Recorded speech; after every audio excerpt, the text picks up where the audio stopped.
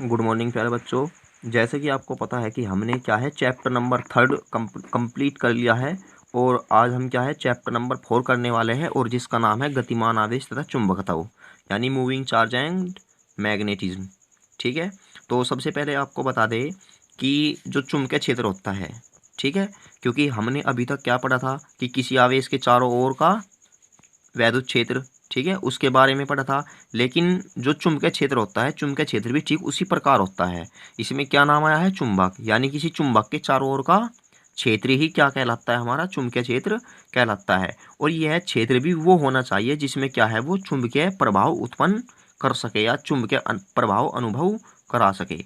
ठीक है, तो चुंबकीय क्षेत्र के बारे में सभी को पता लग गया क्या है चुंबकीय क्षेत्र। और एक बात और है कि जो चुंबकीय क्षेत्र है, चुंबकीय क्षेत्र का जो पता है हमें, जो पृथ्वी पर कैसे लगा, क्योंकि तुमने 10th में भी पढ़ा होगा कि जब किसी चुंबकीय सुई को लटकाया जाता है तो क्या होती है, वो उत्तर और दक्षिण दिशा में ठहरती है।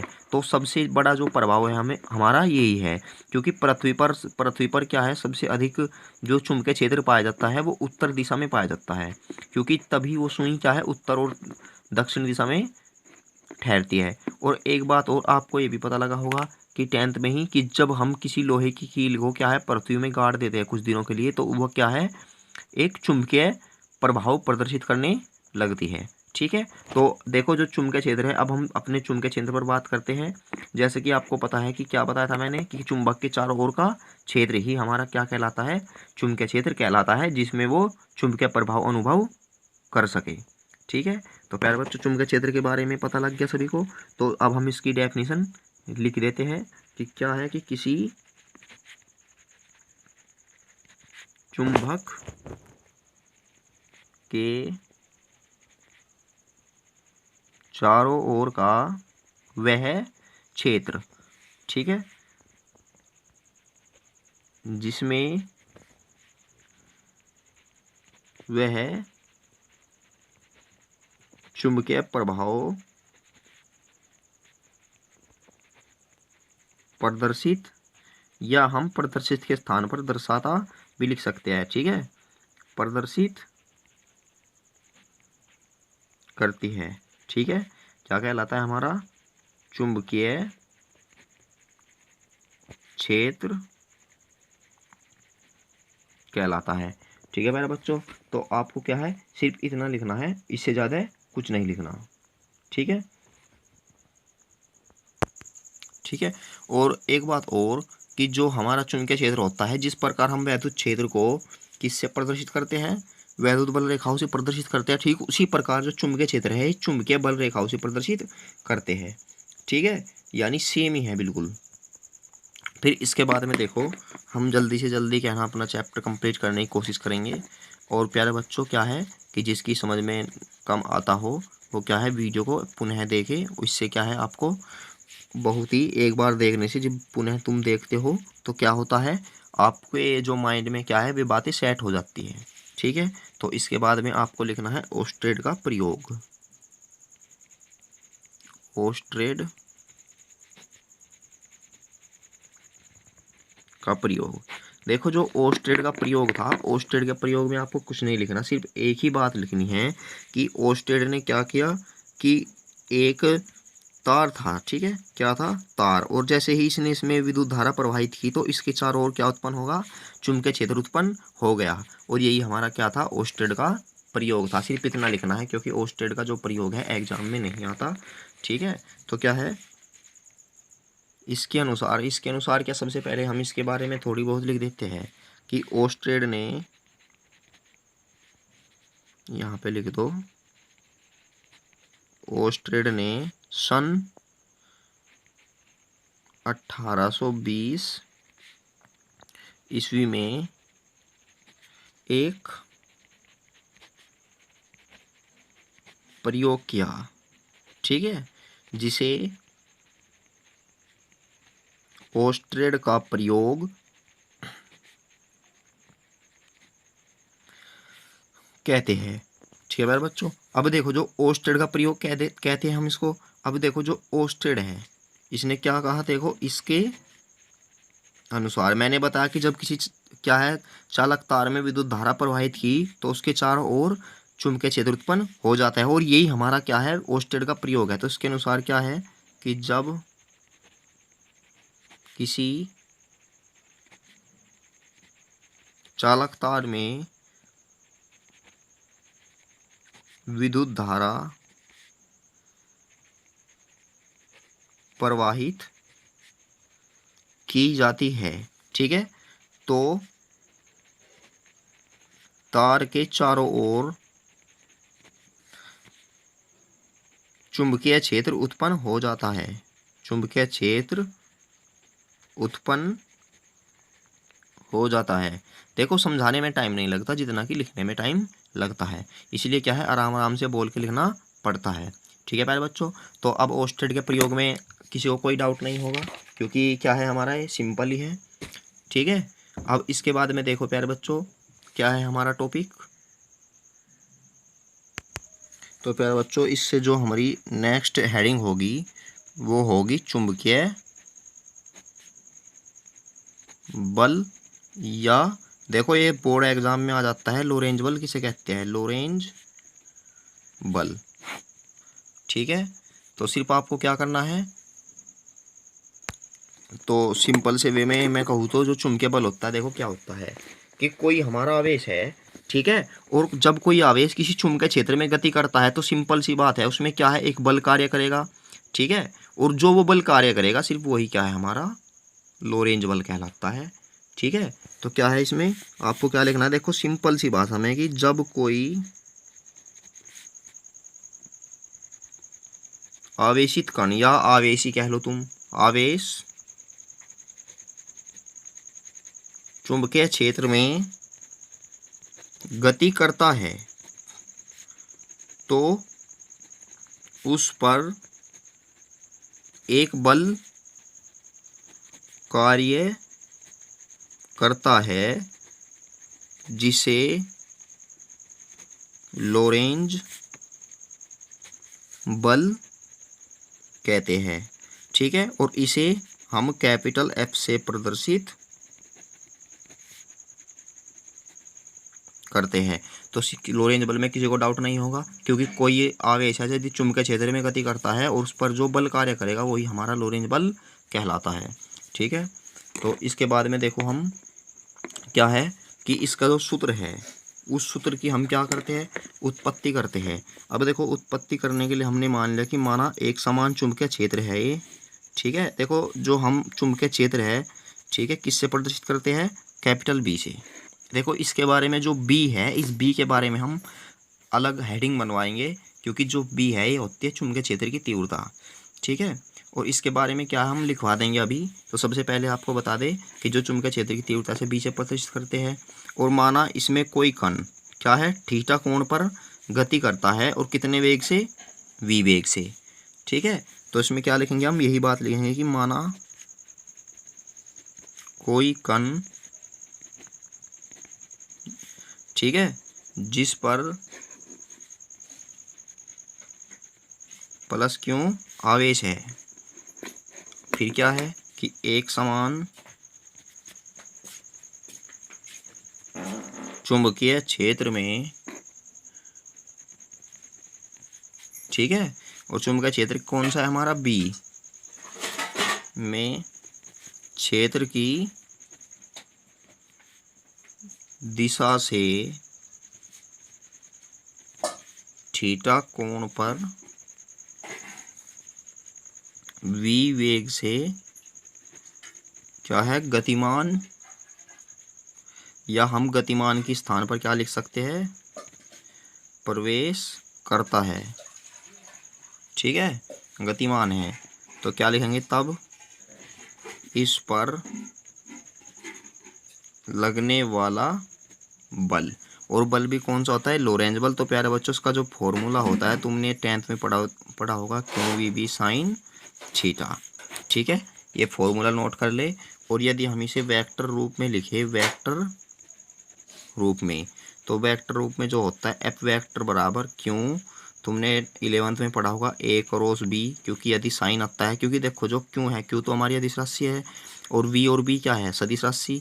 तो v vector cross b vector, क्योंकि जो चुंबकीय क्षेत्र होता है हमारा, ये हमारी एक सदिश राशि है जिसमें परिमाण के साथ साथ दिशा भी होती है, जिस प्रकार हमारी विद्युत क्षेत्र है। ठीक है, तो सभी को पता लग गया।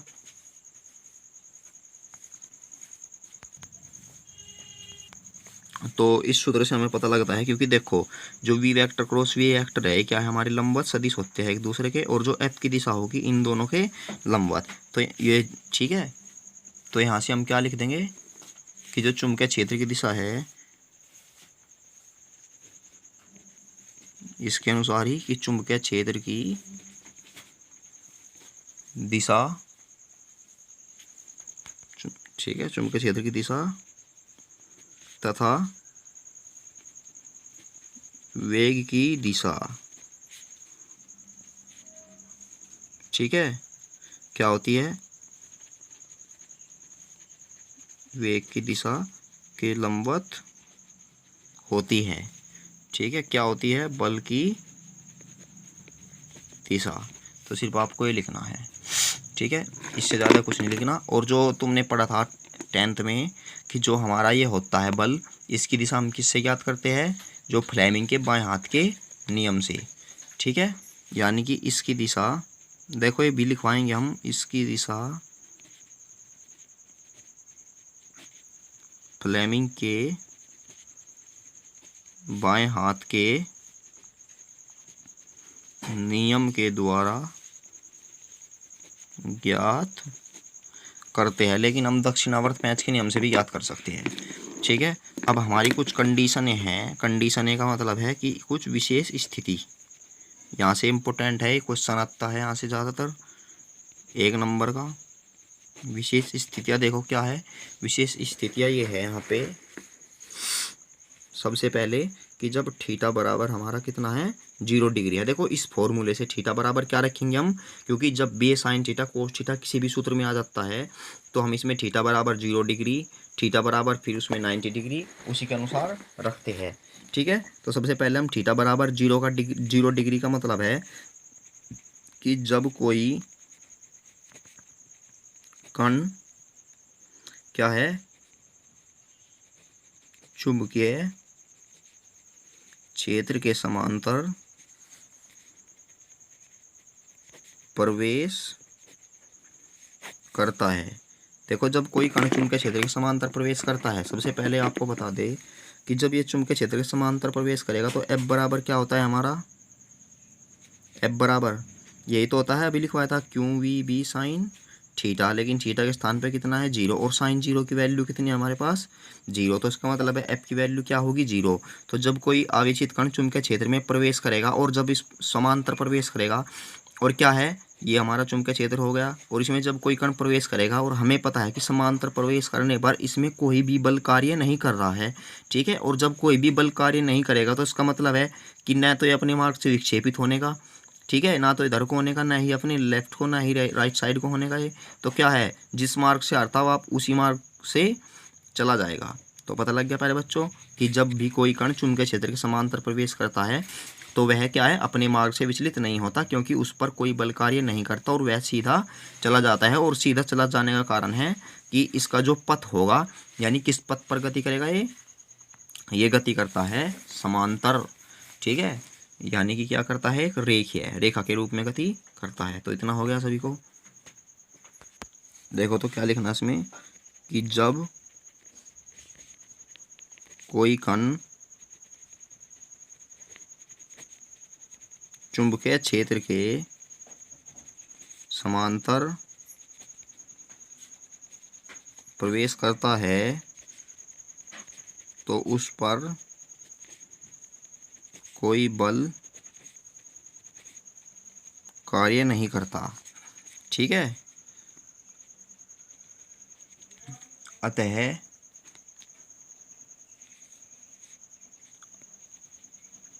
आवेश, बस आपको ये आता है क्वेश्चन कि यदि कोई जो आवेश है वो क्या है, चुंबकीय क्षेत्र के समांतर प्रवेश करता है तो उसका जो पथ होगा कैसा होगा, तो आवेश का पथ क्या लिखना है फिर, ऋजु। ये है इंपॉर्टेंट बात इसमें, ऋजु रेखीय होता है। ऋजु रेखीय का मतलब होता है कि जो आवेश है वो क्या है, चुंबकीय क्षेत्र के समांतर ही गति करेगा और एक रेखा के पथ पर, यानी जैसे कि हमारी सीधी रेखा होती है उस प्रकार। ठीक है। अब इसके बाद में जो आपको लिखना है वो क्या लिखना है, नंबर जो हमारा इसका नेक्स्ट पॉइंट है कि जब कोई कण क्या करता है, लंबवत प्रवेश।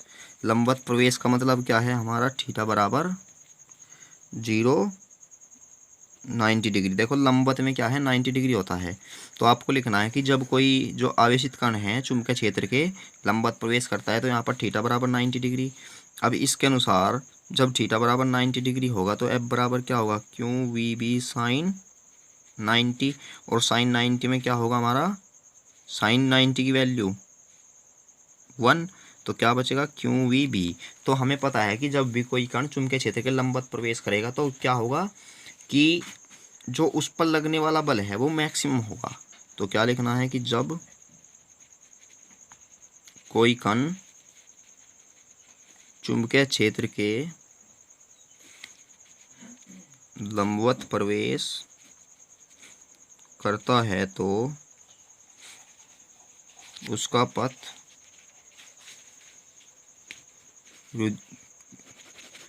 क्या होता है, लंबवत प्रवेश करता है तो उसका जो पथ होता है प्यारे बच्चों क्या होता है, वो उसका पथ वर्ताकार होता है। देखो इसके साथ ही आपको बता दें कि जब कोई कण चुंबकीय क्षेत्र के समांतर प्रवेश करेगा तो उसका पथ क्या होगा, ऋजुरेखीय होगा, और जब लंबवत प्रवेश करेगा चुंबकीय क्षेत्र में भी और वैद्युत क्षेत्र में भी तो दोनों का पथ क्या होगा हमारा, ये वर्ताकार। ठीक है। अब यहाँ से इससे बाद में हमारा जो नेक्स्ट पॉइंट होगा वो होगा कि जब जो कोई कण है क्या है कि तिरछा प्रवेश करेगा। तो जो हमारा थर्ड पॉइंट है वो क्या है कि जब कोई कण चुंबकीय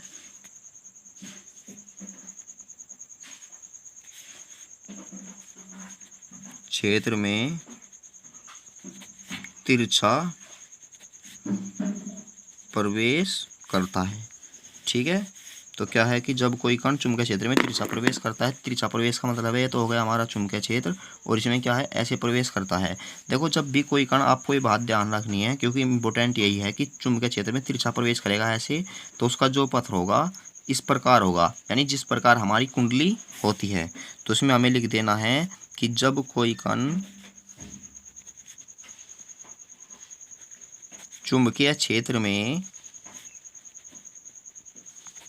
तिरछा प्रवेश करता है तो उसका पथ किस प्रकार बताया मैंने, कुंडलिनीकार।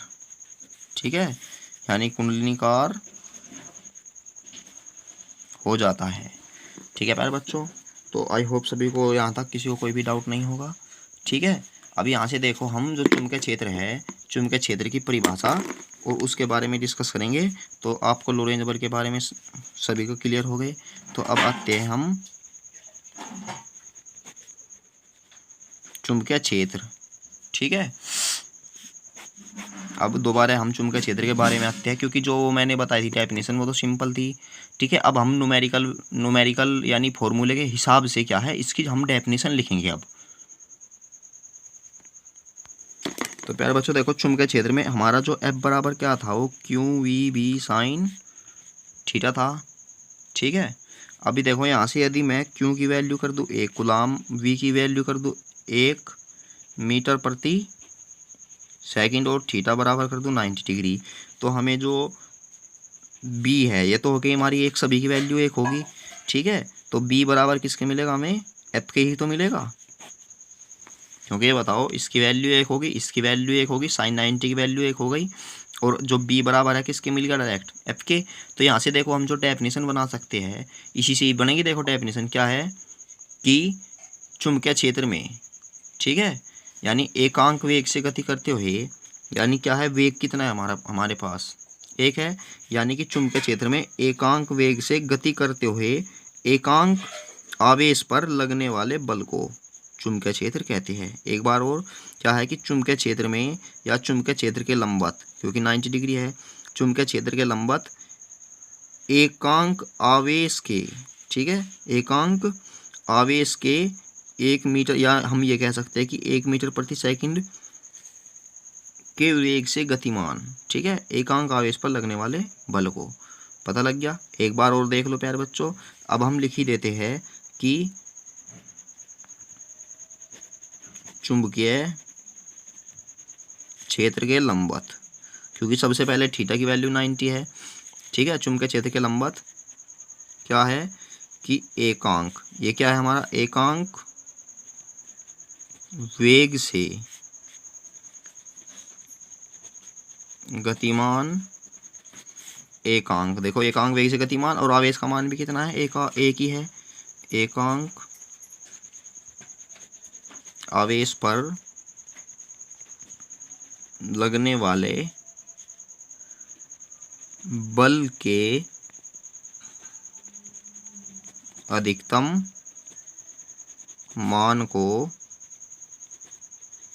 चुंबकीय क्षेत्र की तीव्रता कहते हैं। देखो हम इसकी जो डेफिनेशन है, एक फॉर्मूला हो रहा है हमारा F बराबर बिल साइन थीटा, जो आगे आएगा उससे भी बन जाती है, ठीक है, कहते हैं। और इसका या इसको कैपिटल B से प्रदर्शित करते हैं, ठीक है। अब इसका देखो जो मात्रक होता है वो निकालते हैं हम सबसे पहले। देखो इसका जो मात्रक है, इसका मात्रक देखो, यहाँ से जो हमारी B है, B क्यों भी इसके अपोन में चलेगा तो न्यूटन, ठीक है। और Q का मात्रक क्या होता है, कूलाम, और वेग का मात्रक क्या होता है, मीटर प्रति सेकंड, ठीक है। तो देखो इसकी जो हमारी, हम भी वो भी लिख सकते हैं, इसका जो मात्रक है देखो यहाँ से वो क्या आएगा, न्यूटन प्रति एम्पियर मीटर, ठीक है। ये क्यों आया एम्पियर मीटर, क्योंकि जो आवेश है, आवेश को लिख दिया हमने मीटर सेकंड। देखो इसका मात्रक हम निकाल ही देते हैं। ये बताओ क्यों भी इसकी अपोन में चलेगा तो एफ बी बराबर क्या होगा, एफ अपोन क्यों वी। बल का मात्रक क्या हो हमारा, न्यूटन, और आवेश का जो मात्रक होता है कूलाम, और वैसे क्या होता है एम्पियर मीटर, ठीक है। और वेग का जो मात्रक, नहीं एम्पियर मीटर नहीं, ये होता है एम्पियर सेकंड, और वेग का मात्रक क्या होता है मीटर प्रति सेकंड, सेकंड से सेकंड खत्म, तो यहाँ से क्या बचेगा, न्यूटन प्रति एम्पियर मीटर, ये मात्रक हो गया। अब इसका देखो, इसका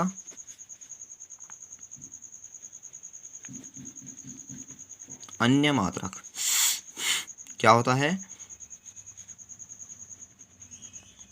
MKS पद्धति या SI पद्धति। देखो SI पद्धति 11th में पढ़ी होगी, क्या होती है, full form international system of units, और MKS का मतलब होता है मीटर किलोग्राम सेकंड, ठीक है। तो इसका SI पद्धति में मात्रक टेस्ला होता है, ठीक है, तथा CGS पद्धति में मात्रक कितना होता है, गॉस होता है, ठीक है प्यारे बच्चों। और एक बात और है, यहाँ से एक रिलेशन आता है कि जो टेस्ला है, एक टेस्ला बराबर कितने गॉस के होता है, तो एक टेस्ला बराबर होता है 10 की पावर 4 गॉस के, ठीक है। ये मैं क्या है आपको प्रूफ भी करके दिखा दूंगा। तो देखो सबसे पहले इसकी जो प्रूफ करके दिखाते हैं, पर ये आता नहीं प्रूफ करना, ठीक है। तो फिर भी जो आप कहो तो छोड़ो, अदरवाइज, क्योंकि क्या करना है देखो प्रूफ में, कि हमें पता है कि जो हमारा बी होता है न्यूटन प्रति एम्पीयर मीटर, देखो इनको जितने भी न्यूटन मीटर जितने भी है, इन्हें सेंटीमीटर यानी CGS पद्धति में कन्वर्ट कर दो, और जो भी पावर आएगी वो क्या आएगी, हमारी गॉस के बराबर होगी, यानी 10 की पावर 4 गॉस। तो आपको याद रखने का देखो एक तरीका बताता हूँ कि ये यहाँ पे क्या है, एक टेस्ला किसके मतलब किसके साउंड दे रहा है हमें, तसले की, ठीक है। और जो हमारा 4 है 10 की पावर 4 गॉस, यानी गॉस जो हमें गॉसे की दे रहा है, तो इसका मतलब है, इसको जो याद रखेंगे हम, एक तसले में 4 गॉसे, ठीक है। तो इससे क्या है आपको बहुत ही जल्दी याद रहेगा और ना ही तुम इसको भूलोगे, क्योंकि ये ऑब्जेक्टिव क्वेश्चन में आता है कि एक टेस्ला बराबर 10 की पावर 4 गॉस। तो आई होप सभी को याद हो गया होगा। ठीक है, और ये हमारी क्या है जो चुंबकीय क्षेत्र की तीव्रता है उससे रिलेटेड हमारे क्या है सभी कंप्लीट हो चुके हैं। ठीक है टॉपिक्स। अब हम क्या है नेक्स्ट वीडियो में अपनी नेक्स्ट टॉपिक स्टार्ट करेंगे। तो प्यारे बच्चों जितना भी वर्क करा है उसे फिर में अच्छी तरह नोट कर ले। ठीक है, तो एक बार और एक जो इसको देखो याद करना है कैसे कि एक तसले में 4 गोसे, एक टेस्ला बराबर 10 की पावर 4 गोस। ठीक है प्यारे बच्चों, तो इससे क्या है आप कभी भी इसको नहीं भूल पाएंगे। और यदि आपसे क्या कहे, एक बात और लिख दूं जाते जाते कि यदि एक गोस कहे तो 10 की पावर 4 इधर पहुंच जाएगी, तो 1/10 की पावर 4 और 10 की पावर 4 ऊपर जाने के बाद माइनस के 4 टेस्ला। तो एक गोस बराबर क्या होता है 10 की पावर -4 टेस्ला, और एक टेस्ला बराबर 10 की पावर 4 गोस। आप यही रखें, ठीक है, ये वाला याद, इससे ही हम जो भी पूछेगा वो कन्वर्ट कर लेते हैं।